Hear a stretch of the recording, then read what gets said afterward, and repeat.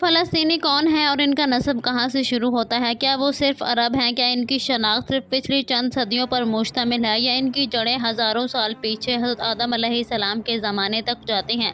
تو بات شروع ہوتی ہے حضرت آدم علیہ السلام سے، پہلا انسان، پہلا نبی اور تمام انسانوں کے جد امجد۔ پھر وقت گزرتا ہے، نسلیں بڑھتی ہیں اور ایک دن آتا ہے جب پوری دنیا کو ایک طوفان نگل لیتا ہے، طوفان نوح۔ اب یہاں ایک دلچسپ نکتہ ہے۔ اسلامی روایات کے مطابق طوفان نوح کے بعد صرف حضرت نوح علیہ السلام اور ان کی قوم کے ایمان والے لوگ بچتے ہیں اور ان کے 3 بیٹوں سے ہی دنیا دوبارہ آباد ہوتی ہے، سام، حام اور یافس۔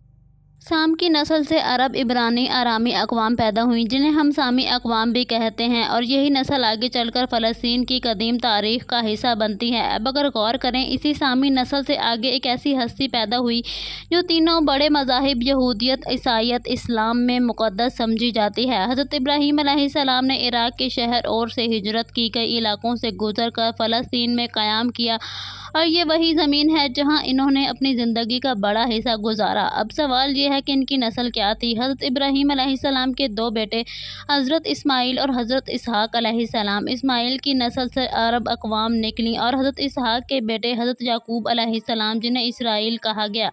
ان کی نسل سے نکلے بنی اسرائیل کے 12 قبائل، وہ قبائل جو صدیوں تک فلسطین میں آباد رہے۔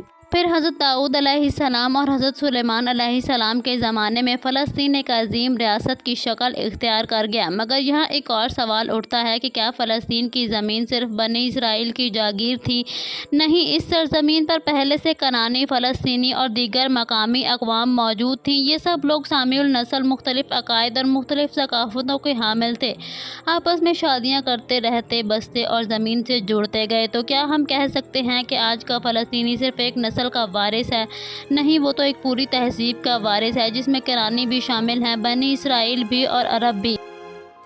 پھر تاریخ نے پلٹا کھایا، بابل نے حملہ کیا، فارسی آئے، سکندر اعظم کی افواج، رومی سلطنت، ہر دور میں حکومتیں بدلتی رہیں مگر مقامی لوگ وہی رہے۔ جب اسلام آیا تو حضرت عمر بن خطاب رضی اللہ تعالیٰ عنہ نے بغیر خون بہائے فلسطین فتح کیا۔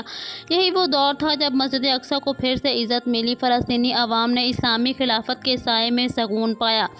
صدیوں بعد جب خلافت عثمانیہ کا زوال ہوا تو برطانوی سامراج آیا اور ایک نیا باب کھلا۔ بالفعل معاہدہ اسرائیل کا قیام، فلسطینیوں کی بے دخلی۔ 1948 میں جو فلسطینی پناہ گزین بنے، کیا وہ نوآباد تھے یا وہ باہر سے آئے تھے؟ نہیں، وہ تو اسی سرزمین کے اصل باشندے تھے جن کے آباء و اجداد نے حضرت ابراہیم علیہ السلام کے قدموں کی مٹی چھوئی تھی، جن کے بزرگوں نے مسجد اقصیٰ کی اذانیں سنی تھیں۔ یہ وہی سرزمین ہے جہاں انہوں نے حضرت اسحاق علیہ السلام کی پیدائش دیکھی، حضرت لوط علیہ السلام کا پیغام گونجا اور یعقوب علیہ السلام کی دعائیں بلند ہوئیں اور حضرت یوسف علیہ السلام کے خواب حقیقت بنے۔ حضرت ابراہیم علیہ السلام کے بیٹے اسماعیل اور اسحاق علیہ السلام دونوں سے عظیم نسلیں نکلیں۔